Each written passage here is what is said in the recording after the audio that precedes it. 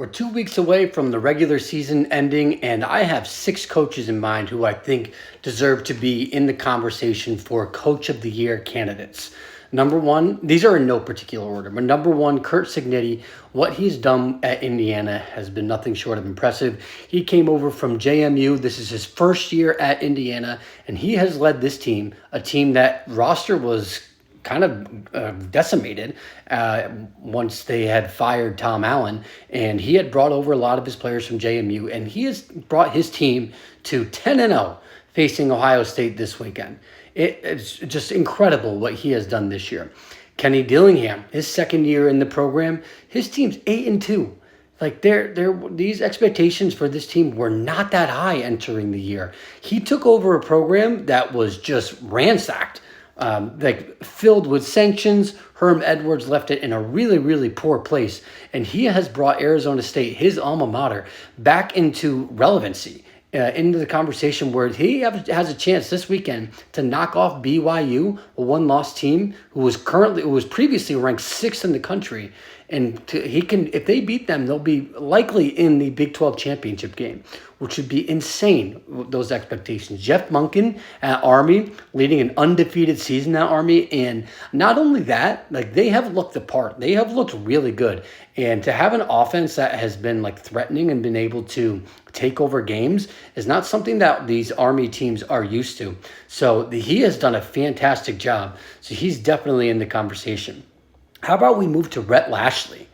SMU joins the ACC, and as of right now, they are the number one team in the ACC. They have no conference losses, and their only loss is to BYU by I think it was 3 points, and at that point, Kevin Jennings wasn't even the starter. So what he's able to do, bring his program into the ACC, and in the first year, likely be in the conference championship with a really good shot to win it. Incredible. Really fantastic job what he has done at SMU. Prime, this is probably everyone's favorite, but we need to shed some light on him too. What he has done at Colorado this year, again, extremely impressive. He's going to have his team likely playing for the Big 12 championship. It might be Arizona State and Colorado playing in this Big 12 championship. And what he has done with all the transfers and with all the limelight shed on him, it's been really crazy and really awesome to see. And they are looking good.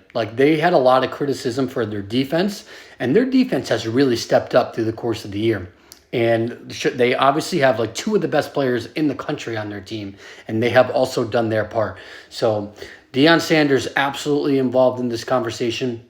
And then also Kalani Sitake, this BYU team, exceptionally exceeding what their expectations were. They were not seated high. They were projected to be at the bottom of the league in the Big 12. And they're, I believe, currently still ranked first in the Big 12. Now, they have a huge game this weekend, but they also have a shot to compete for the Big 12 championship and get a college football playoff berth. What he has done also is incredible. So all six of these coaches, I think, are very well deserving to win the Coach of the Year candidate. I think I'd be really happy if any one of these six gets it. I guess if I were to really, boil it down, who would I probably have in there? Probably Curt Cignetti. But, honestly, any one of these coaches I think is very well deserving. So shout out to all these guys doing a fantastic job this year. Excited to see them moving forward. Follow Big Body Ball CFB on all socials.